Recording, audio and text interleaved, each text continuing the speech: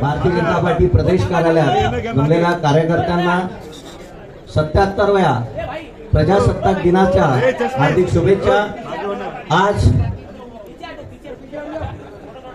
ध्वजारोहणाचा कार्यक्रम महाराष्ट्र प्रदेश कार्यालयाचे आपले लोकप्रिय अध्यक्ष आदरणीय रवींद्र चव्हाण यांच्या हस्ते, तसंच जिल्हा अध्यक्षा शलाकाताई साळवी व रीटा मकवाना यांच्या हस्ते ध्वजारोहण होणार आहे। मी त्यांना विनंती करतो की त्यांनी ध्वजारोहणाचा कार्यक्रम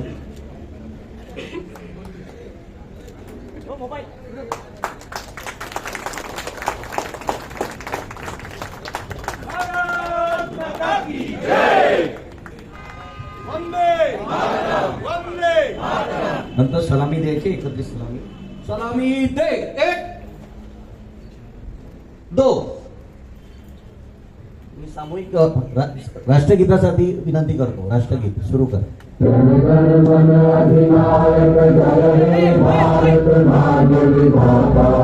पंजाब सिंधु गुजरात मराठा द्राविड उत्कल गंगा, विंध्य हिमाचल यमुना गंगा, उच्छल जलधि तरंगा।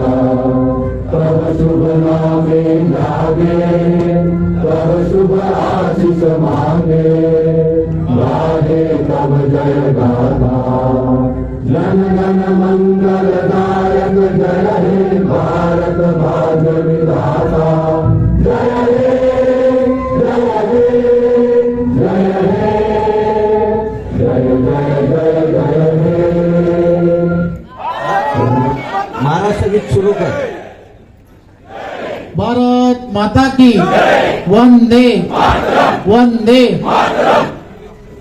आज आपण सर्वजण प्रजासत्ताक दिनाच्या निमित्ताने ध्वजारोहण करण्यासाठी एकत्र जमलो।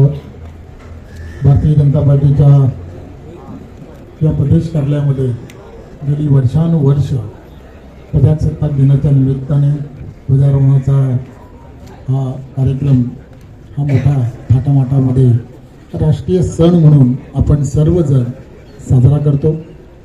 भारतीय जनता पार्टीची आपली असणारी विचारधारा हे राष्ट्रप्रथम या विचारसरणीवरती आणि राष्ट्रीयत्वाचा धागा धरून राजकारणामध्ये भारतीय जनता पार्टीचा प्रत्येक कार्यकर्ता हा अग्रेसर होताना तुम्हाला आम्हाला सर्वांना दिसतो।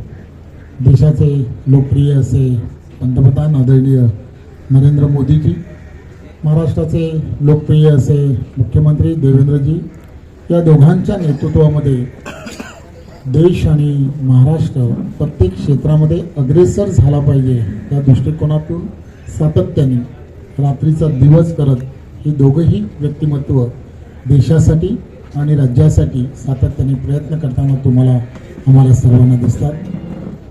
पारदर्शकता ही महत्त्वाची आहे हे वारंवार सांगण्याचा त्यांचा नेहमीच प्रयत्न राहिला आहे आणि म्हणून त्यासाठी आपली विचारधारा ही तळागाळापर्यंत पोचली पाहिजे। आपली विचारधारा, राष्ट्रीयत्व आणि त्याचबरोबर एकात्मता या सगळ्या गोष्टी सातत्याने आपल्या विचारसरणीच्या माध्यमातून आपण भारतीय जनता पार्टीचे कार्यकर्ते म्हणून सातत्याने सामान्य जनतेपर्यंत पोहोचवण्याचा हा नेहमी प्रयत्न करताना दिसतो। आपण पाहिलं असेल विकासात्मक दृष्ट्या या देशाला पुढे नेण्याचं काम आणि काही अशी धोरणं की ज्या धोरणांमुळे आपला देश हा जगामध्ये आणि त्याचबरोबर पूर्ण जगामध्ये महासत्तेच्या दिशेने आपलं प्रत्येक पाऊल या देशातील प्रत्येक क्षेत्रामध्ये पडलं गेलं पाहिजे।